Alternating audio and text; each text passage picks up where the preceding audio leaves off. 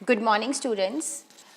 Business study ਦੇ previous lecture ਦੇ ਵਿੱਚ ਅਸੀਂ ਕੰਜ਼ਿਊਮਰ ਪ੍ਰੋਟੈਕਸ਼ਨ ਸ਼ੁਰੂ ਕੀਤਾ ਹੋਇਆ ਆ ਕਿ ਕੰਜ਼ਿਊਮਰ ਪ੍ਰੋਟੈਕਸ਼ਨ ਦੇ ਵਿੱਚ ਹੁਣ ਤੱਕ ਅਸੀਂ ਕੰਜ਼ਿਊਮਰ ਪ੍ਰੋਟੈਕਸ਼ਨ ਦੇ ਕਨਸੈਪਟ, ਉਸ ਦੀ ਨੀਡ, ਇੰਪੋਰਟੈਂਸ, ਕੰਜ਼ਿਊਮਰ ਦਾ ਮੀਨਿੰਗ, ਕੰਜ਼ਿਊਮਰ ਪ੍ਰੋਟੈਕਸ਼ਨ ਐਕਟ 1986 ਕੀ ਹੈ, ਕੰਜ਼ਿਊਮਰ ਦੇ ਕੀ ਰਾਈਟਸ ਨੇ, ਕੰਜ਼ਿਊਮਰ ਦੀਆਂ ਕੀ ਰਿਸਪੌਂਸਿਬਿਲਿਟੀਜ਼ ਨੇ, ਕਿਸ ਤਰੀਕੇ ਨਾਲ ਕੰਪਲੇਂਟ ਫਾਈਲ ਕੀਤੀ ਜਾ ਸਕਦੀ ਆ, ਕੌਣ ਕੰਪਲੇਂਟ ਫਾਈਲ ਕਰ ਸਕਦਾ ਆ, ਕਿਸ ਦੇ ਅਗੇਂਸਟ ਕੰਪਲੇਂਟ ਫਾਈਲ ਕੀਤੀ ਜਾ ਸਕਦੀ ਆ ਅਤੇ ਕਿਸ ਤਰ੍ਹਾਂ ਦੀ ਕੰਪਲੇਂਟ ਫਾਈਲ ਕੀਤੀ ਜਾ ਸਕਦੀ ਆ, ਇਹ ਅਸੀਂ ਪੜ੍ਹ ਚੁੱਕੇ ਹਾਂ। ਅਤੇ ਕਿਹੜੀਆਂ ਰੈਮਡੀਜ਼ ਅਤੇ ਰਿਲੀਫ ਜਿਹੜੀਆਂ ਨੇ ਕੰਜ਼ਿਊਮਰਸ ਨੂੰ ਅਵੇਲੇਬਲ ਨੇ, ਇਹ ਵੀ ਅਸੀਂ ਪੜ੍ਹ ਚੁੱਕੇ ਹਾਂ। ਅਤੇ ਅੱਜ ਦੇ ਇਸ ਲੈਕਚਰ ਦੇ ਵਿੱਚ ਅਸੀਂ ਪੜ੍ਹਾਂਗੇ ਕੰਜ਼ਿਊਮਰ ਗ੍ਰੀਵੀਐਂਸ ਰਿਡਰੈਸਲ ਮਸ਼ੀਨਰੀ ਦੇ ਬਾਰੇ ਵਿੱਚ ਕਿ ਇਹ ਕੰਜ਼ਿਊਮਰ ਗ੍ਰੀਵੀਐਂਸ ਰਿਡਰੈਸਲ ਮਸ਼ੀਨਰੀ ਕੀ ਹੈ। Consumer grievance redressal machinery.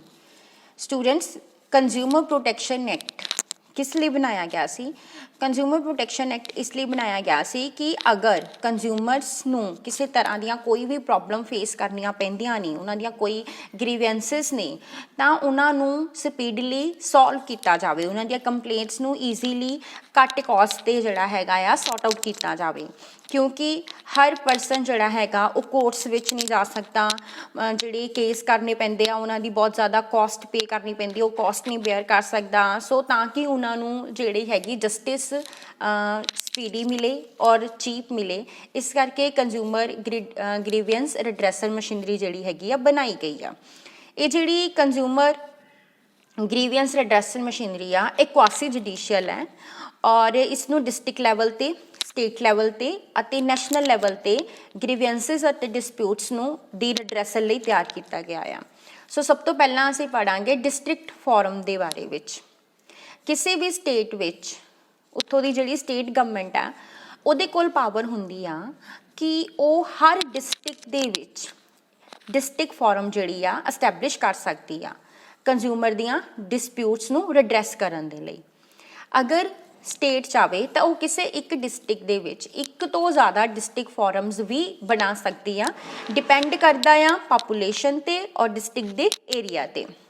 District form ਵਿੱਚ ਕੌਣ ਹੁੰਦਾ ਆ? ਡਿਸਟ੍ਰਿਕਟ ਫੋਰਮ ਦੇ ਵਿੱਚ ਇੱਕ ਪ੍ਰੈਜ਼ੀਡੈਂਟ ਹੁੰਦਾ ਆ, ਉਸ ਤੋਂ ਇਲਾਵਾ 2 ਮੈਂਬਰ ਹੋਰ ਹੁੰਦੇ ਨੇ ਅਤੇ ਉਹਨਾਂ ਮੈਂਬਰਾਂ ਦੇ ਵਿੱਚੋਂ ਘੱਟੋ ਘੱਟ ਇੱਕ ਮੈਂਬਰ ਜਿਹੜਾ ਆ ਉਹ ਇੱਕ ਫੀਮੇਲ ਹੋਣੀ ਚਾਹੀਦੀ ਆ। ਅਤੇ ਪ੍ਰੈਜ਼ੀਡੈਂਟ ਜਿਹੜਾ ਹੈਗਾ ਆ ਉਹ ਪਰਸਨ ਹੋਣਾ ਚਾਹੀਦਾ ਆ ਜਿਹੜਾ ਕਿ ਇੱਕ ਡਿਸਟ੍ਰਿਕਟ ਜੱਜ ਜਿਹੜਾ ਆ ਰਹਿ ਚੁੱਕਾ ਹੋਵੇ। ਸੋ ਡਿਸਟ੍ਰਿਕਟ ਫੋਰਮ ਜਿਹੜੀ ਆ, ਅਗਰ ਤੁਹਾਡੀ ਪ੍ਰੋਬਲਮ, ਤੁਹਾਡੀ ਕੰਪਲੇਂਟ, ਜਿਹੜਾ ਕੰਪਨਸੇਸ਼ਨ ਤੁਸੀਂ ਚਾਹੁੰਦੇ ਹੋ ਉਹ ਵੱਧ ਤੋਂ ਵੱਧ 20 ਲੱਖ ਆ, ਸੋ 20 ਲੱਖ ਤੱਕ ਤੁਸੀਂ ਕੋਈ ਕੰਪਨਸੇਸ਼ਨ ਚਾਹੁੰਦੇ ਹੋ ਤਾਂ ਤੁਸੀਂ ਜਿਹੜੀ ਕੰਪਲੇਂਟ ਫਾਈਲ ਕਰੋਗੇ ਉਹ ਡਿਸਟ੍ਰਿਕਟ ਫੋਰਮ ਦੇ ਵਿੱਚ ਫਾਈਲ ਕਰੋਗੇ। ਔਰ ਜਿੱਥੇ ਵੀ ਪ੍ਰੋਬਲਮ ਕ੍ਰੀਏਟ ਹੋਈ ਆ, ਜਿਸ ਤਰ੍ਹਾਂ ਅਗਰ ਤੁਸੀਂ ਹੁਸ਼ਿਆਰਪੁਰ ਤੋਂ ਗੁੱਡਸ ਖਰੀਦੀਆਂ ਸੀ, ਸੋ ਡਿਸਪਿਊਟ ਹੁਸ਼ਿਆਰਪੁਰ ਦਾ, ਤਾਂ ਤੁਸੀਂ ਹੁਸ਼ਿਆਰਪੁਰ ਦੇ ਡਿਸਟ੍ਰਿਕਟ ਫੋਰਮ ਦੇ ਵਿੱਚ ਕੰਪਲੇਂਟ ਫਾਈਲ ਕਰੋਗੇ। ਜਾਂ ਫਿਰ ਜਿੱਥੇ ਤੁਹਾਡੀ ਓਪੋਜ਼ਿਟ ਪਾਰਟੀ ਰਹਿ ਰਹੀ ਹੋਵੇ ਜਾਂ ਜਿੱਥੇ ਉਹਦਾ ਬਿਜ਼ਨਸ ਪਲੇਸ ਹੋਵੇ ਉੱਥੋਂ ਦੀ ਡਿਸਟ੍ਰਿਕਟ ਫੋਰਮ ਦੇ ਵਿੱਚ ਤੁਸੀਂ ਕੰਪਲੇਂਟ ਫਾਈਲ ਕਰੋਗੇ। ਡਿਸਟ੍ਰਿਕਟ ਫੋਰਮ ਤੁਹਾਡੀ ਦੁਆਰਾ ਕੀਤੀ ਗਈ ਕੰਪਲੇਂਟ ਨੂੰ ਅੱਗੇ ਓਪੋਜ਼ਿਟ ਪਾਰਟੀ ਨੂੰ, ਜਿਹਦੇ ਅਗੇਂਸਟ ਤੁਸੀਂ ਕੰਪਲੇਂਟ ਫਾਈਲ ਕੀਤੀ ਆ, ਫਾਰਵਰਡ ਕਰ ਦੇਗੀ। ਅਗਰ ਗੁੱਡਸ ਡਿਫੈਕਟਿਵ ਨੇ ਤਾਂ ਉਹਨਾਂ ਦਾ ਸੈਂਪਲ ਜਿਹੜਾ ਹੈਗਾ ਆ ਲੈਬੋਰਟਰੀ ਨੂੰ ਭੇਜ ਦਿੱਤਾ ਜਾਏਗਾ ਚੈਕਿੰਗ ਦੇ ਵਾਸਤੇ। ਅਤੇ ਜਿਹੜਾ ਡਿਸਟ੍ਰਿਕਟ ਫੋਰਮ ਦਾ ਆਰਡਰ ਹੋਏਗਾ ਉਹ ਜਾਂ ਤਾਂ ਲੈਬੋਰਟਰੀ ਦੀ ਰਿਪੋਰਟ 'ਤੇ ਬੇਸਿਸ ਹੋਊਗਾ ਜਾਂ ਫਿਰ ਓਪੋਜ਼ਿਟ ਪਾਰਟੀਜ਼ ਦੀ ਹੇਅਰਿੰਗਸ ਦੇ ਬੇਸਿਸ 'ਤੇ ਹੋਊਗਾ। ਔਰ ਜੇ ਡਿਸਟ੍ਰਿਕਟ ਫੋਰਮ ਜੇ ਹੈ ਉਹ ਕੰਪਲੇਂਟ ਨੂੰ ਸੈਟਿਸਫਾਈ ਨਹੀਂ ਕਰਦੀ ਤਾਂ ਉਹਦੀ ਅਪੀਲ ਜਿਹੜੀ ਹੈਗੀ ਆ ਸਟੇਟ ਕਮਿਸ਼ਨ ਨੂੰ ਉਹਦੇ ਅਗੇਂਸਟ ਕੀਤੀ ਜਾ ਸਕਦੀ ਆ 30 ਡੇਜ਼ ਦੇ ਅੰਦਰ। ਸੈਕਿੰਡ ਆ ਸਟੇਟ ਕਮਿਸ਼ਨ। ਸਟੇਟ ਗਵਰਨਮੈਂਟ ਕੋਲ ਪਾਵਰ ਹੁੰਦੀ ਆ ਕਿ ਉਹ ਸਟੇਟ ਲੈਵਲ 'ਤੇ ਕੰਜ਼ਿਊਮਰ ਦੀਆਂ ਕੰਪਲੇਂਟਸ ਨੂੰ ਰਿਡਰੈਸ ਕਰਨ ਦੇ ਲਈ ਸਟੇਟ ਕਮਿਸ਼ਨ ਬਣਾ ਸਕਦੀ ਆ, ਸਟੈਬਲਿਸ਼ ਕਰ ਸਕਦੀ ਆ। ਇਸ ਕਮਿਸ਼ਨ ਦੇ ਵਿੱਚ ਵੀ ਇੱਕ ਪ੍ਰੈਜ਼ੀਡੈਂਟ ਹੋਏਗਾ ਅਤੇ ਘੱਟੋ ਘੱਟ 2 ਹੋਰ ਮੈਂਬਰ ਹੋਣਗੇ, ਜਿਨ੍ਹਾਂ ਦੇ ਵਿੱਚੋਂ ਇੱਕ ਮੈਂਬਰ ਫੀਮੇਲ ਹੋਣਾ ਚਾਹੀਦਾ ਆ। ਪ੍ਰੈਜ਼ੀਡੈਂਟ ਜਿਹੜਾ ਆ ਉਹ ਪਰਸਨ ਹੋਣਾ ਚਾਹੀਦਾ ਜਿਹੜਾ ਕਿ ਹਾਈ ਕੋਰਟ ਦਾ ਜੱਜ ਹੋਵੇ ਔਰ ਉਹਦੀ ਅਪਾਇੰਟਮੈਂਟ ਜਿਹੜੀ ਹੈਗੀ ਆ ਉਹ ਹਾਈ ਕੋਰਟ ਦੇ ਚੀਫ ਜਸਟਿਸ ਦੀ ਨਾਲ ਕੰਸਲਟ ਕਰਕੇ ਸਟੇਟ ਗਵਰਨਮੈਂਟ ਦੁਆਰਾ ਕੀਤੀ ਜਾਂਦੀ ਆ। ਸਟੇਟ ਕਮਿਸ਼ਨ ਦੇ ਵਿੱਚ ਉਹ ਕੰਪਲੇਂਟਸ ਫਾਈਲ ਕੀਤੀਆਂ ਜਾਂਦੀਆਂ ਆ ਜਿੱਥੇ ਕੰਪਨਸੇਸ਼ਨ ਜਿਹੜਾ ਰਿਕੁਆਇਰਡ ਆ ਜਾਂ ਵੈਲਿਊ ਆਫ ਗੁੱਡਸ ਔਰ ਸਰਵਿਸਿਜ਼ ਜਿਹੜੀਆਂ ਇਨਵੋਲਵਡ ਨੇ ਉਹਨਾਂ ਦੀ ਵੈਲਿਊ 20 ਲੱਖ ਤੋਂ ਜ਼ਿਆਦਾ ਹੋਵੇ ਤੇ 1 ਕਰੋੜ ਤੋਂ ਘੱਟ ਹੋਵੇ। ਸੋ ਅਗਰ ਤੁਸੀਂ ਜੋ ਕੰਪਨਸੇਸ਼ਨ ਚਾਹੁੰਦੇ ਹੋ ਜਾਂ ਜੋ ਤੁਹਾਡੀ ਕੰਪਲੇਂਟ ਆ ਉਹਦਾ ਕੰਪਨਸੇਸ਼ਨ 20 ਲੱਖ ਤੋਂ ਜ਼ਿਆਦਾ ਆ ਬਟ 1 ਕਰੋੜ ਤੋਂ ਘੱਟ ਆ ਤੇ ਤੁਸੀਂ ਕੰਪਲੇਂਟ ਜਿਹੜੀ ਆ ਡਿਸਟ੍ਰਿਕਟ ਫੋਰਮ ਦੇ ਵਿੱਚ ਫਾਈਲ ਨਹੀਂ ਕਰਨੀ, ਫਿਰ ਕੰਪਲੇਂਟ ਤੁਸੀਂ ਸਟੇਟ ਕਮਿਸ਼ਨ ਦੇ ਵਿੱਚ ਫਾਈਲ ਕਰਨੀ ਆ। ਕਮਿਸ਼ਨ ਜਿਹੜਾ ਆ ਡਿਸਟ੍ਰਿਕਟ ਫੋਰਮ ਦੇ ਅਗੇਂਸਟ ਅਪੀਲਸ ਨੂੰ ਵੀ ਸੁਣਦਾ ਆ ਕਿਉਂਕਿ ਤੁਸੀਂ ਅਗਰ ਡਿਸਟ੍ਰਿਕਟ ਫੋਰਮ ਦੇ ਡਿਸੀਜ਼ਨ ਦੇ ਨਾਲ ਸੈਟੀਸਫਾਈਡ ਨਹੀਂ ਹੋ ਤਾਂ ਉਹਦੇ ਅਗੇਂਸਟ ਅਪੀਲ ਵੀ ਜਿਹੜੀ ਆ ਸਟੇਟ ਕਮਿਸ਼ਨ ਦੇ ਵਿੱਚ ਕੀਤੀ ਜਾ ਸਕਦੀ ਆ। ਸਟੇਟ ਕਮਿਸ਼ਨ ਕੰਪਲੇਂਟ ਨੂੰ ਰੈਫਰ ਕਰ ਦੇਗਾ ਓਪੋਜ਼ਿਟ ਪਾਰਟੀ ਨੂੰ ਤੇ ਸੈਂਪਲ ਭੇਜ ਦੇਗਾ ਲੈਬੋਰਟਰੀ ਨੂੰ ਜੇ ਉਸ ਦੀ ਜ਼ਰੂਰਤ ਆ ਔਰ ਜਿਹੜਾ ਆਰਡਰ ਦਿੱਤਾ ਜਾਏਗਾ ਓਪੋਜ਼ਿਟ ਪਾਰਟੀ ਦੀ ਹੀਅਰਿੰਗਸ ਤੋਂ ਬਾਅਦ ਤੇ ਲੈਬੋਰਟਰੀ ਦੀ ਰਿਪੋਰਟ ਦੇ ਬੇਸਿਸ ਤੇ ਦਿੱਤਾ ਜਾਏਗਾ। ਅਗਰ ਜਿਹੜਾ ਕੰਜ਼ਿਊਮਰ ਆ ਉਹ ਸਟੇਟ ਕਮਿਸ਼ਨ ਦੇ ਆਰਡਰ ਦੇ ਨਾਲ ਸੈਟੀਸਫਾਈਡ ਨਹੀਂ ਆ ਤਾਂ ਉਹ ਇਸ ਆਰਡਰ ਦੇ ਅਗੇਂਸਟ 30 ਦਿਨ ਦੇ ਅੰਦਰ ਅੰਦਰ ਨੈਸ਼ਨਲ ਕਮਿਸ਼ਨ ਨੂੰ ਅਪੀਲ ਕਰ ਸਕਦਾ ਆ।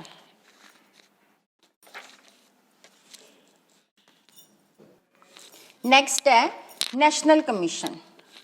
ਨੈਸ਼ਨਲ ਕਮਿਸ਼ਨ ਦੀ ਇਸਟੈਬਲਿਸ਼ਮੈਂਟ ਜਿਹੜੀ ਆ ਉਹ ਸੈਂਟਰ ਗਵਰਨਮੈਂਟ ਦੁਆਰਾ ਕੀਤੀ ਜਾਂਦੀ ਆ ਤੇ ਇਹ ਨੈਸ਼ਨਲ ਲੈਵਲ ਤੇ ਬਣਾਇਆ ਜਾਂਦਾ ਯਾਨੀ ਕਿ ਕੰਟਰੀ ਦੇ ਵਿੱਚ ਇੱਕ ਹੀ ਨੈਸ਼ਨਲ ਕਮਿਸ਼ਨ ਹੋਏਗਾ ਔਰ ਨੈਸ਼ਨਲ ਕਮਿਸ਼ਨ ਦੇ ਵਿੱਚ ਇੱਕ ਪ੍ਰੈਜ਼ੀਡੈਂਟ ਹੋਏਗਾ ਤੇ 4 ਮੈਂਬਰਸ ਹੋਰ ਹੋਣਗੇ ਜਿਨ੍ਹਾਂ ਚੋਂ ਐਟਲੀਸਟ ਇੱਕ ਮੈਂਬਰ ਫੀਮੇਲ ਹੋਣੀ ਚਾਹੀਦੀ ਆ ਤੇ ਨੈਸ਼ਨਲ ਕਮਿਸ਼ਨ ਦਾ ਪ੍ਰੈਜ਼ੀਡੈਂਟ ਜੋ ਆ ਉਹ ਸੁਪਰੀਮ ਕੋਰਟ ਦਾ ਜੱਜ ਹੋਣਾ ਚਾਹੀਦਾ ਆ ਤੇ ਨੈਸ਼ਨਲ ਕਮਿਸ਼ਨ ਦੇ ਮੈਂਬਰਸ ਜਿਹੜੇ ਨੇ ਉਹ 5 ਇਅਰਸ ਤੱਕ ਜਿਹੜਾ ਹੈਗਾ ਆ ਉਹ ਕੰਮ ਕਰਨਗੇ 5 ਇਅਰ ਜਾਂ 70 ਇਅਰਸ ਮਤਲਬ ਜਿਹੜਾ ਵੀ ਟਾਈਮ ਪਹਿਲਾਂ ਆ ਜਾਂਦਾ ਆ ਤਾਂ ਉਨੀ ਦੇਰ ਤੱਕ ਉਹ ਕੰਮ ਕਰਨਗੇ। ਜਿਸ ਤਰ੍ਹਾਂ ਕਿ ਮੰਨ ਲਓ ਅਗਰ ਇੱਕ ਮੈਂਬਰ ਦੀ ਅਪੁਆਇੰਟਮੈਂਟ ਜਿਹੜੀ ਹੈਗੀ ਆ ਉਹ 60 ਸਾਲ ਦੀ ਉਮਰ ਦੇ ਵਿੱਚ ਹੋਈ ਆ ਤਾਂ ਜਦੋਂ ਉਹ 65 ਸਾਲ ਦਾ ਹੋਏਗਾ 5 ਸਾਲ ਬਾਅਦ ਉਹਨੂੰ ਰਿਟਾਇਰ ਕਰਤਾ ਜਾਏਗਾ। ਬਟ ਅਗਰ ਕਿਸੇ ਮੈਂਬਰ ਦੀ ਅਪੁਆਇੰਟਮੈਂਟ ਹੀ 67 ਈਅਰ ਦੀ ਏਜ 'ਤੇ ਹੋਈ ਆ 67 ਸਾਲ ਦੀ ਉਮਰ 'ਤੇ ਹੋਈ ਆ ਫਿਰ 70 ਸਾਲ ਦਾ ਜਦੋਂ ਹੋਏਗਾ ਹਾਲਾਂਕਿ ਉਹਦੇ 5 ਸਾਲ ਪੂਰੇ ਨਹੀਂ ਹੋਏ ਪਰ ਉਹ 70 ਸਾਲ ਦਾ ਹੋ ਗਿਆ ਫਿਰ ਉਸ ਟਾਈਮ ਉਹਨੂੰ ਜਿਹੜਾ ਆ ਰਿਟਾਇਰ ਕਰਤਾ ਜਾਏਗਾ। ਔਰ ਇਹ ਜਿਹੜੇ ਮੈਂਬਰ ਨੇ ਇਹ ਦੁਬਾਰਾ ਤੋਂ ਰੀਅਪੁਆਇੰਟ ਵੀ ਕੀਤੇ ਜਾ ਸਕਦੇ ਆ। ਕਮਿਸ਼ਨ ਨੈਸ਼ਨਲ ਕਮਿਸ਼ਨ ਦੇ ਵਿੱਚ ਉਹ ਵਾਲੀ ਕੰਪਲੇਂਟ ਫਾਈਲ ਕੀਤੀ ਜਾ ਸਕਦੀ ਆ ਜਿੱਥੇ ਗੁੱਡਸ ਔਰ ਸਰਵਿਸਿਜ਼ ਦੀ ਵੈਲਿਊ ਜਾਂ ਫਿਰ ਕੰਪਨਸੇਸ਼ਨ ਜਿਹੜਾ ਰਿਕੁਆਇਰਡ ਆ ਉਹਦੀ ਵੈਲਿਊ 1 ਕਰੋੜ ਦੇ ਨਾਲੋਂ ਜ਼ਿਆਦਾ ਹੋਏਗੀ ਔਰ ਕਮਿਸ਼ਨ ਜਿਹੜਾ ਆ ਉਹ ਸਟੇਟ ਕਮਿਸ਼ਨ ਦੇ ਅਗੇਂਸਟ ਅਪੀਲਸ ਦੀ ਵੀ ਹੀਅਰਿੰਗ ਕਰਦਾ ਆ। ਸੋ ਕਮਿਸ਼ਨ ਓਪੋਜ਼ਿਟ ਪਾਰਟੀ ਦੀ ਹੀਅਰਿੰਗ ਤੋਂ ਬਾਅਦ ਔਰ ਲੈਬੋਰਟਰੀ ਦੀ ਰਿਪੋਰਟਸ ਦੇਖਣ ਤੋਂ ਬਾਅਦ ਕੇਸ ਨੂੰ ਡਿਸਾਈਡ ਕਰੇਗਾ ਔਰ ਅਗਰ ਕੰਪਲੇਨੈਂਟ ਨੈਸ਼ਨਲ ਕਮਿਸ਼ਨ ਦੇ ਆਰਡਰ ਨਾਲ ਸੈਟੀਸਫਾਈਡ ਨਹੀਂ ਆ ਤਾਂ ਉਹ ਉਹਦੇ ਅਗੇਂਸਟ ਅਪੀਲ ਜਿਹੜੀ ਹੈਗੀ ਆ ਸੁਪਰੀਮ ਕੋਰਟ ਆਫ ਇੰਡੀਆ ਨੂੰ ਕਰ ਸਕਦਾ ਆ। ਹੁਣ ਨੈਕਸਟ ਸੋ ਇਹ 3 ਤਰ੍ਹਾਂ ਦੀ ਮਸ਼ੀਨਰੀ ਆ। ਸਭ ਤੋਂ ਪਹਿਲਾਂ ਡਿਸਟ੍ਰਿਕਟ ਲੈਵਲ 'ਤੇ ਡਿਸਟ੍ਰਿਕਟ ਫੋਰਮਸ ਨੇ ਜਿੱਥੇ ਤੁਸੀਂ ਅਗਰ ਤੁਹਾਨੂੰ ਕੰਪਨਸੇਸ਼ਨ ਜਿਹੜਾ ਚਾਹੀਦਾ ਜਾਂ ਗੁੱਡਸ ਔਰ ਸਰਵਿਸਿਜ਼ ਦੀ ਵੈਲਿਊ ਅਗਰ 20 ਲੱਖ ਤੋਂ ਘੱਟ ਦੀ ਹੈ ਤਾਂ ਤੁਸੀਂ ਕੰਪਲੇਂਟ ਸਭ ਤੋਂ ਪਹਿਲਾਂ ਡਿਸਟ੍ਰਿਕਟ ਫੋਰਮ 'ਚ ਹੀ ਕਰਨੀ ਆ ਔਰ ਜੇ ਤੁਸੀਂ ਡਿਸਟ੍ਰਿਕਟ ਫੋਰਮ ਦੇ ਡਿਸੀਜ਼ਨ ਨਾਲ ਸੈਟੀਸਫਾਈਡ ਨਹੀਂ ਹੁੰਦੇ ਦੈਨ ਤੁਸੀਂ ਉਹਦੇ ਅਗੇਂਸਟ ਅਪੀਲ ਜਿਹੜੀ ਆ ਸਟੇਟ ਕਮਿਸ਼ਨ 'ਚ ਕਰ ਸਕਦੇ ਹੋ ਔਰ ਅਗਰ ਤੁਹਾਨੂੰ ਜਿਹੜਾ ਕੰਪਨਸੇਸ਼ਨ ਚਾਹੀਦਾ ਆ ਉਹ 20 ਲੱਖ ਤੋਂ ਵੱਧ ਤੇ 1 ਕਰੋੜ ਤੋਂ ਘੱਟ ਹੈ ਤਾਂ ਫਿਰ ਤੁਸੀਂ ਅਪੀਲ ਜਿਹੜੀ ਕੰਪਲੇਂਟ ਆ ਉਹ ਸਿੱਧੀ ਸਟੇਟ ਕਮਿਸ਼ਨ 'ਚ ਕਰਨੀ ਫਿਰ ਡਿਸਟ੍ਰਿਕਟ ਫੋਰਮ 'ਚ ਕੰਪਲੇਂਟ ਫਾਈਲ ਨਹੀਂ ਕਰਨੀ ਔਰ ਸਟੇਟ ਕਮਿਸ਼ਨ ਦੇ ਡਿਸੀਜ਼ਨ ਦੇ ਨਾਲ ਜੇ ਸੈਟੀਸਫਾਈਡ ਨਹੀਂ ਹੁੰਦੇ ਤਾਂ ਉਹਦੇ ਅਗੇਂਸਟ ਅਪੀਲ ਜਿਹੜੀ ਆ ਨੈਸ਼ਨਲ ਕਮਿਸ਼ਨ 'ਚ ਕੀਤੀ ਜਾਏਗੀ ਔਰ ਅਗਰ ਜੇ ਤੁਹਾਨੂੰ ਕੰਪਨਸੇਸ਼ਨ ਜਿਹੜਾ ਤੁਹਾਡਾ ਰਿਕੁਆਇਰਡ ਆ ਉਹ 1 ਕਰੋੜ ਤੋਂ ਵੀ ਵੱਧ ਦਾ ਆ ਫਿਰ ਤੁਸੀਂ ਡਾਇਰੈਕਟਲੀ ਨੈਸ਼ਨਲ ਕਮਿਸ਼ਨ ਦੇ ਵਿੱਚ ਕੰਪਲੇਂਟ ਫਾਈਲ ਕਰਨੀ ਆ ਤੇ ਜੇ ਤੁਸੀਂ ਨੈਸ਼ਨਲ ਕਮਿਸ਼ਨ ਦੇ ਆਰਡਰਸ ਦੇ ਨਾਲ ਸੈਟੀਸਫਾਈਡ ਨਹੀਂ ਹੁੰਦੇ ਤਾਂ ਉਹਦੇ ਅਗੇਂਸਟ ਤੁਸੀਂ ਅਪੀਲ ਜਿਹੜੀ ਆ 30 ਦਿਨ ਦੇ ਅੰਦਰ ਅੰਦਰ ਸੁਪਰੀਮ ਕੋਰਟ ਨੂੰ ਕਰ ਸਕਦੇ ਹੋ। ਉਸ ਤੋਂ ਬਾਅਦ ਆ procedure for settlement of disputes. So ਜਦੋਂ ਵੀ ਡਿਸਪਿਊਟ ਨੂੰ ਸੈਟਲ ਕੀਤਾ ਜਾਂਦਾ ਆ ਤਾਂ ਕਿਹੜਾ ਪ੍ਰੋਸੀਜਰ ਆ ਫੋਲੋ ਕੀਤਾ ਜਾਂਦਾ ਆ। ਸਭ ਤੋਂ ਪਹਿਲਾਂ ਐਡਮਿਸ਼ਨ ਆਫ ਕੰਪਲੇਂਟ।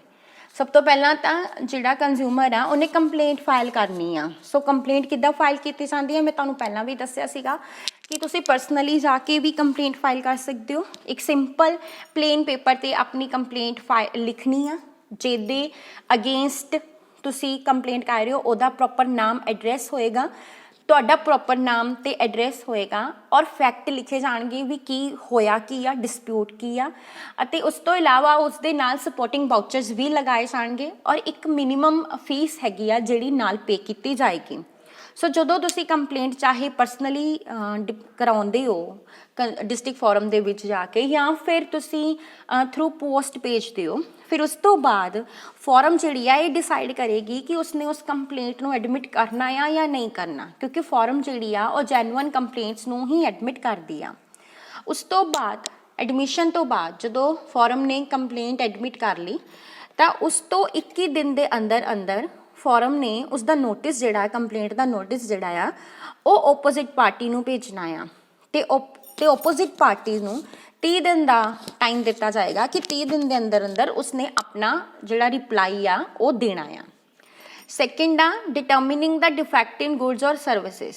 ਅਗਰ ਕੰਪਲੇਂਟ ਜਿਹੜੀ ਆ ਉਹ ਕਿਸੇ ਡਿਫੈਕਟਿਵ ਗੁਡਸ ਨਾਲ ਰਿਲੇਟਡ ਆ ਤਾਂ ਉਸ ਕੇਸ ਦੇ ਵਿੱਚ ਉਹ ਡਿਫੈਕਟ ਇਹੋ ਜਿਹਾ ਜਿਹੜਾ ਤੁਸੀਂ ਨੋਰਮਲ ਆਈਜ਼ ਦੇ ਨਾਲ ਨਹੀਂ ਦੇਖ ਸਕਦੇ ਜਾਂ ਨੋਰਮਲੀ ਉਹ ਫਾਈਂਡ ਆਊਟ ਨਹੀਂ ਹੁੰਦਾ, ਫਿਰ ਉਹਦਾ ਜਿਹੜਾ ਗੁਡਸ ਦਾ ਸੈਂਪਲ ਹੈਗਾ ਉਹ ਐਪਰੋਪ੍ਰੀਏਟ ਲੈਬੋਰਟਰੀ ਨੂੰ ਭੇਜਿਆ ਜਾਏਗਾ ਟੈਸਟਿੰਗ ਦੇ ਵਾਸਤੇ ਕਿ ਉਹ ਡਿਫੈਕਟ ਉਹਦੇ ਵਿੱਚ ਹੈਗਾ ਆ ਜਾਂ ਨਹੀਂ ਹੈਗਾ।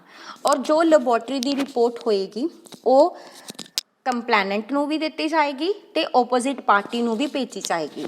ਇਸ ਟੈਸਟ ਦਾ ਜੋ ਵੀ ਕਾਸਟ ਹੋਏਗੀ ਉਹ ਕੰਜ਼ਿਊਮਰ ਨੂੰ ਯਾਨੀ ਕਿ ਕੰਪਲੇਨੈਂਟ ਨੂੰ ਬੇਅਰ ਕਰਨੀ ਪੈਂਦੀ ਆ। ਉਸ ਰਿਪੋਰਟ ਨੂੰ ਜਿਹੜਾ ਹੈਗਾ ਆ ਉਹਦੇ ਬੇਸਿਸ ਤੇ ਹੀ ਫੋਰਮ ਜਿਹੜਾ ਆ ਡਿਸੀਜ਼ਨ ਲੈਂਦਾ ਆ। ਉਸ ਤੋਂ ਬਾਅਦ ਆ ਆਰਡਰ ਆਫ ਦਾ ਫੋਰਮ ਔਰ ਕਮਿਸ਼ਨ। ਸੋ ਕਮਿਸ਼ਨ ਕਿਸ ਤਰ੍ਹਾਂ ਦੇ ਆਰਡਰ ਪਾਸ ਕਰ ਸਕਦਾ ਆ? ਡਿਫੈਕਟ ਨੂੰ ਰਿਮੂਵ ਕਰਨ ਦਾ ਵੀ ਆਰਡਰ ਪਾਸ ਕਰ ਸਕਦਾ ਜਿਹੜਾ ਡਿਫੈਕਟ ਲੈਬੋਰਟਰੀ ਨੇ ਫਾਈਂਡ ਆਊਟ ਕੀਤਾ ਆ। ਗੁਡਸ ਨੂੰ ਨਵੀਆਂ ਗੁਡਸ ਦੇ ਨਾਲ ਰਿਪਲੇਸ ਕਰਨ ਦਾ ਵੀ ਆਰਡਰ ਪਾਸ ਕਰ ਸਕਦਾ ਆ। ਇਹ ਵੀ ਆਰਡਰ ਪਾਸ ਕੀਤਾ ਜਾ ਸਕਦਾ ਕਿ ਕੰਪਲੇਨੈਂਟ ਨੂੰ ਉਹਦਾ ਪ੍ਰਾਈਸ ਰਿਫੰਡ ਕੀਤਾ ਜਾਵੇ। ਉਸ ਤੋਂ ਇਲਾਵਾ ਕੰਜ਼ਿਊਮਰ ਨੂੰ ਕੰਪਨਸੇਸ਼ਨ ਜਿਹੜਾ ਉਹਨੂੰ ਲਾਸ ਹੋਇਆ ਜਾਂ ਜਿਹੜੀ ਇੰਜਰੀ ਹੋਈ ਆ ਉਹਦੀ ਲਾਪਰਵਾਹੀ ਦੇ ਕਰਕੇ ਓਪੋਜ਼ਿਟ ਪਾਰਟੀ ਦੀ, ਉਹਦੇ ਕਰਕੇ ਉਹਨੂੰ ਕੰਪਨਸੇਸ਼ਨ ਵੀ ਦੇਣ ਦਾ ਆਰਡਰ ਪਾਸ ਕੀਤਾ ਜਾ ਸਕਦਾ ਆ। ਤੇ ਨੈਕਸਟ ਹੈਗਾ ਆ ਅਗਰ ਓਪੋਜ਼ਿਟ ਪਾਰਟੀ ਕੋਈ ਅਨਫੇਅਰ ਟ੍ਰੇਡ ਪ੍ਰੈਕਟਿਸਿਸ ਕਰ ਰਹੀ ਹੈ ਜਾਂ ਰਿਸਟ੍ਰਿਕਟਿਵ ਟ੍ਰੇਡ ਪ੍ਰੈਕਟਿਸਿਸ ਕਰ ਰਹੀ ਹੈ ਤਾਂ ਉਹਨੂੰ ਉਸ ਪ੍ਰੈਕਟਿਸਿਸ ਨੂੰ ਡਿਸਕੰਟੀਨਿਊ ਕਰਨ ਦਾ ਆਰਡਰ ਪਾਸ ਕੀਤਾ ਜਾ ਸਕਦਾ ਆ। ਕੋਈ ਹੈਜ਼ਰਡਸ ਗੁਡਸ ਵੇਚ ਰਹੀ ਆ ਤਾਂ ਹੈਜ਼ਰਡਸ ਗੁਡਸ ਨੂੰ ਵਿਡਰਾਅ ਕਰਨ ਦਾ ਆਰਡਰ ਪਾਸ ਕੀਤਾ ਜਾ ਸਕਦਾ ਆ। ਅਗਰ ਕੋਈ ਗਲਤ ਐਡਵਰਟਾਈਜ਼ਮੈਂਟ ਕਰ ਰਹੀ ਆ ਤਾਂ ਉਹਨਾਂ ਐਡਵਰਟਾਈਜ਼ਮੈਂਟਸ ਨੂੰ ਕਰੈਕਟ ਕਰਨ ਦਾ ਵੀ ਆਰਡਰ ਪਾਸ ਕੀਤਾ ਜਾ ਸਕਦਾ ਆ। ਸੋ ਇਸ ਤਰ੍ਹਾਂ ਦੇ ਆਰਡਰ ਜਿਹੜੇ ਨੇ ਫੋਰਮਸ ਔਰ ਕਮਿਸ਼ਨਸ ਪਾਸ ਕਰਦੀਆਂ ਨੇ। ਨੈਕਸਟ ਆ ਅਪੀਲ। ਅਗਰ ਮੈਂ ਵੈਸੇ ਤਾਂ ਮੈਂ ਤੁਹਾਨੂੰ ਨਾਲ ਦੀ ਨਾਲ ਦੱਸ ਚੁੱਕੀ ਹਾਂ ਕਿ ਅਗਰ ਤੁਸੀਂ ਡਿਸਟ੍ਰਿਕਟ ਫੋਰਮ ਦੇ ਡਿਸੀਜ਼ਨ ਨਾਲ ਸੈਟਿਸਫਾਈਡ ਨਹੀਂ ਹੋ, ਆਰਡਰ ਨਾਲ ਸੈਟਿਸਫਾਈਡ ਨਹੀਂ ਹੋ, ਤਾਂ ਤੁਸੀਂ ਉਸ ਆਰਡਰ ਦੇ ਅਗੇਂਸਟ ਵਿਦਿਨ 30 ਡੇਜ਼ 30 ਦਿਨ ਦੇ ਅੰਦਰ ਅੰਦਰ ਅਪੀਲ ਜਿਹੜੀ ਆ ਉਹ ਸਟੇਟ ਕਮਿਸ਼ਨ ਨੂੰ ਕਰ ਸਕਦੇ ਹੋ। ਬਟ ਉਸ ਅਪੀਲ ਕਰਨ ਦੇ ਟਾਈਮ ਤੇ ਜਿੰਨਾ ਵੀ ਕੰਪਨਸੇਸ਼ਨ ਤੁਹਾਨੂੰ ਪੇ ਕਰਨ ਦੇ ਲਈ ਕਿਹਾ ਗਿਆ ਆ ਉਹਦਾ 50% ਜਾਂ 25,000 ਇਹਨਾਂ ਦੋਨਾਂ ਵਿੱਚੋਂ ਜਿਹੜਾ ਵੀ ਅਮਾਊਂਟ ਘੱਟ ਹੈ ਤੁਹਾਨੂੰ ਉਹ ਡਿਪੋਜ਼ਿਟ ਕਰਾਉਣਾ ਪਏਗਾ ਅਪੀਲ ਕਰਨ ਦੇ ਟਾਈਮ ਤੇ। ਇਸੇ ਤਰ੍ਹਾਂ ਤੁਸੀਂ ਸਟੇਟ ਕਮਿਸ਼ਨ ਦੇ ਆਰਡਰਸ ਦੇ ਅਗੇਂਸਟ ਵੀ ਨੈਸ਼ਨਲ ਕਮਿਸ਼ਨ ਨੂੰ 30 ਦਿਨ ਦੇ ਅੰਦਰ ਅੰਦਰ ਅਪੀਲ ਕਰ ਸਕਦੇ ਹੋ। ਇਸ ਕੇਸ ਦੇ ਵਿੱਚ ਅਪੀਲ ਕਰਨ ਦੇ ਨਾਲ ਤੁਹਾਨੂੰ ਜਿੰਨਾ ਵੀ ਕੰਪਨਸੇਸ਼ਨ ਪੇ ਕਰਨ ਦੇ ਲਈ ਕਿਹਾ ਗਿਆ ਉਹਦਾ 50% ਜਾਂ 30,000 ਜਿਹੜਾ ਵੀ ਅਮਾਊਂਟ ਘੱਟ ਆ ਵਿਚ ਐਵਰ ਇਜ਼ ਲੈਸ ਉਹ ਡਿਪੋਜ਼ਿਟ ਕਰਾਉਣਾ ਪਏਗਾ। ਔਰ ਨੈਸ਼ਨਲ ਕਮਿਸ਼ਨ ਜਦੋਂ ਵੀ ਉਹਨੂੰ ਅਪੀਲ ਕੀਤੀ ਗਈ ਆ ਉਹਦੇ ਤੋਂ 90 ਡੇਜ਼ ਦੇ ਅੰਦਰ ਅੰਦਰ ਜਿਹੜਾ ਆ ਉਸ ਪ੍ਰੋਬਲਮ ਨੂੰ ਸੌਟ ਆਊਟ ਕਰੇਗਾ, ਡਿਸਪਿਊਟ ਨੂੰ ਰਿਡਰੈਸ ਕਰੇਗਾ। ਉਸ ਤੋਂ ਬਾਅਦ ਆ ਨੈਸ਼ਨਲ ਕਮਿਸ਼ਨ ਦੇ ਆਰਡਰਸ ਦੇ ਅਗੇਂਸਟ ਵੀ ਅਪੀਲ ਫਾਈਲ ਕੀਤੀ ਜਾ ਸਕਦੀ ਆ ਸੁਪਰੀਮ ਕੋਰਟ ਨੂੰ 30 ਦਿਨ ਦੇ ਅੰਦਰ ਅੰਦਰ। ਤੇ ਜਿਹੜਾ ਵੀ ਪਰਸਨ ਅਪੀਲ ਕਰ ਰਿਹਾ ਉਸਨੂੰ ਜੋ ਵੀ ਕੰਪਨਸੇਸ਼ਨ ਪੇ ਕਰਨ ਲਈ ਕਿਹਾ ਗਿਆ ਉਹਦਾ 50% ਔਰ 50,000 ਵਿਚ ਐਵਰ ਇਜ਼ ਲੈਸ ਜਿਹੜਾ ਵੀ ਅਮਾਊਂਟ ਘੱਟ ਹੈਗਾ ਉਹ ਡਿਪੋਜ਼ਿਟ ਕਰਵਾਉਣਾ ਪਏਗਾ ਅਪੀਲ ਕਰਨ ਦੇ ਟਾਈਮ ਤੇ। ਨੈਕਸਟ ਹੈ limitation period for filing of a complaint. ਹੁਣ ਤੁਸੀਂ ਕੋਈ ਡਿਸਪਿਊਟ ਕ੍ਰੀਏਟ ਹੋਇਆ, ਕੰਜ਼ਿਊਮਰ ਨੂੰ ਕੋਈ ਪ੍ਰੋਬਲਮ ਫੇਸ ਕਰਨੀ ਪਈ, ਉਹਦੇ ਅਗੇਂਸਟ ਅਪੀਲ ਕਰਨਾ ਚਾਹੁੰਦਾ ਕੰਜ਼ਿਊਮਰ, ਕੰਪਲੇਂਟ ਕਰਨਾ ਚਾਹੁੰਦਾ ਤਾਂ ਉਹ ਕੰਪਲੇਂਟ ਕਰਨ ਦਾ ਵੀ ਇੱਕ ਟਾਈਮ ਪੀਰੀਅਡ ਆ।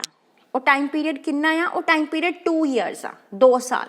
ਮਤਲਬ ਜਿਸ ਵੀ ਡੇਟ ਨੂੰ ਉਹ ਪ੍ਰੋਬਲਮ ਕ੍ਰੀਏਟ ਹੋਈ ਆ ਜਿਸ ਵੀ ਡੇਟ ਨੂੰ ਉਹ ਡਿਸਪਿਊਟ ਕ੍ਰੀਏਟ ਹੋਇਆ ਉਹਦੇ ਤੋਂ 2 ਸਾਲ ਦੇ ਅੰਦਰ ਅੰਦਰ ਹੀ ਕੰਪਲੇਂਟ ਫਾਈਲ ਕੀਤੀ ਜਾ ਸਕਦੀ ਆ। 2 ਸਾਲ ਬਾਅਦ ਕੋਈ ਵੀ ਫੋਰਮ ਜਾਂ ਕਮਿਸ਼ਨ ਕਿਸੇ ਵੀ ਕੰਪਲੇਂਟ ਨੂੰ ਜਿਹੜਾ ਆ ਅਟੈਂਡ ਨਹੀਂ ਕਰਨਗੇ। ਉਸ ਤੋਂ ਬਾਅਦ ਆ ਪੈਨਲਟੀਜ਼। ਜੋ ਵੀ ਫੋਰਮ ਦਾ ਔਰ ਕਮਿਸ਼ਨ ਦਾ ਡਿਸੀਜ਼ਨ ਆ, ਜੋ ਆਰਡਰ ਆ, ਅਗਰ ਉਹਨੂੰ ਫੋਲੋ ਨਹੀਂ ਕੀਤਾ ਗਿਆ ਤਾਂ ਫਿਰ ਪਨਿਸ਼ਮੈਂਟ ਹੋਏਗੀ, ਜਿਹਦੇ ਵਿੱਚ ਇੰਪ੍ਰਿਜ਼ਨਮੈਂਟ ਵੀ ਹੋ ਸਕਦੀ ਆ 1 ਮਹੀਨੇ ਦੀ ਜਾਂ 3 ਸਾਲ ਤੱਕ ਦੀ ਵੀ ਹੋ ਸਕਦੀ ਆ। ਔਰ ਜਿਹੜਾ ਫਾਈਨ ਆ ਉਹ ਘੱਟੋ ਘੱਟ 2000 ਜਾਂ ਵੱਧ ਤੋਂ ਵੱਧ 10,000 ਵੀ ਹੋ ਸਕਦਾ ਆ, ਜਾਂ ਦੋਨੋਂ ਚੀਜ਼ਾਂ ਵੀ ਹੋ ਸਕਦੀਆਂ ਨੇ। ਸੋ ਇਸ ਤਰ੍ਹਾਂ ਇਹ ਸਾਡੀ ਰਿਡਰੈਸਲ ਮਸ਼ੀਨਰੀ ਆ ਜਿਹੜੀ ਕਿ ਅਵੇਲੇਬਲ ਆ, ਜਿਨ੍ਹਾਂ ਦੇ ਥਰੂ ਕੰਜ਼ਿਊਮਰ ਜਿਹੜਾ ਆਪਣੀਆਂ ਕੰਪਲੇਂਟਸ ਨੂੰ ਰਿਡਰੈਸ ਕਰ ਸਕਦਾ ਆ। ਅਤੇ ਇਹ ਪ੍ਰੋਸੀਜਰ ਵੀ ਮੈਂ ਤੁਹਾਨੂੰ ਦੱਸ ਦਿੱਤਾ ਜਿਹੜਾ ਫੋਲੋ ਕਰਨਾ ਪਏਗਾ ਕੰਪਲੇਂਟ ਫਾਈਲ ਕਰਨ ਦੇ ਟਾਈਮ 'ਤੇ। ਸੋ ਨੈਕਸਟ ਹੋਰ ਕੰਜ਼ਿਊਮਰ ਪ੍ਰੋਟੈਕਸ਼ਨ ਦੇ ਕਿਹੜੇ ਵੇਜ਼ ਐਂਡ ਮੀਨਸ ਹੈਗੇ ਆ, ਉਹ ਨੈਕਸਟ ਅਸੀਂ ਕੱਲ੍ਹ ਦੇ ਲੈਕਚਰ ਦੇ ਵਿੱਚ ਕਰਾਂਗੇ। Thank you.